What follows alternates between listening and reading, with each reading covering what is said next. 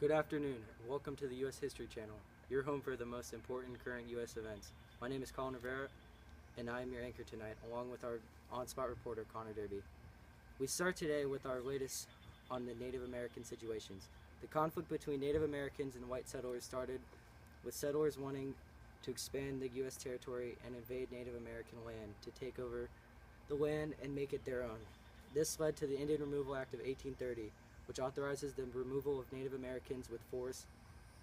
We now take you live to our on-scene reporter, Connor Derby, with a meeting with the Seminole leader, Chief Osceola.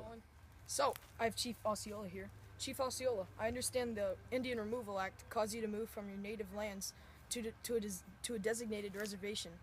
Can I ask you a little bit about your journey west? Sure. It was a long, rough, cold, and rather terrifying trip. You see, the land in Florida is flat, rich with fertile soil and plenty of game. Telling us Seminoles to leave our homeland was not intelligent. We had everything we needed to live around us. The white men forced us out of our villages and sent us on the most horrific journey of our lives. We had no idea where we were going. We walked. We walked all day and all night.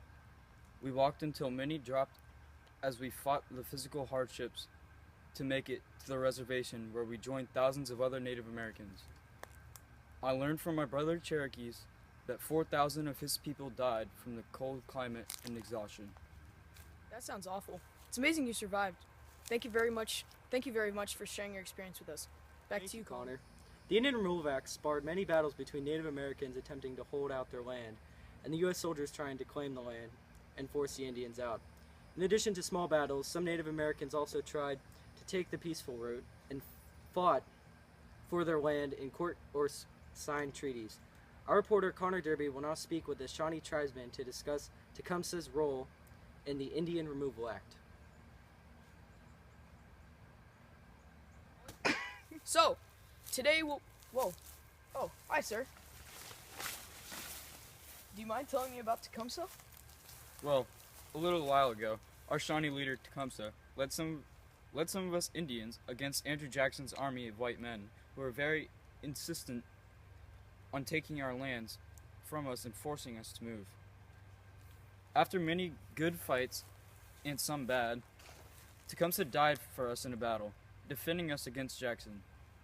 Then here we are now. Thousands of different people of different tribes are traveling to the Trail of Tears to our new home. In other news, Andrew Jackson is trying to revoke the Worcester versus Georgia case, in which the Native Americans were actually ruled in favor of and were considered a independent nation. Andrew Jackson does not like this. Here we have an exclusive interview with the man himself, with our co-host, Connor Derby. Thank you, Colin. I have President Andrew Jackson here.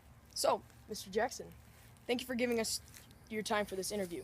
The viewers would like to know how you felt on the Native Americans rising up against you and eventually trying to use government against you. Well, it's a pleasure to be on your station. Cherokee Indians of Georgia attempted to beat my policy in the state of Georgia through the court system. These Cherokee created their own formal government by writing a constitution similar to our own. It is impressive that the Cherokee learned the ways of our government and attempted to mimic the governing body. However, the Georgia court decided first the Cherokee Nation didn't exist. Then, after many appeals, the trial landed in the Supreme Court. This was the court case Worcester versus Georgia.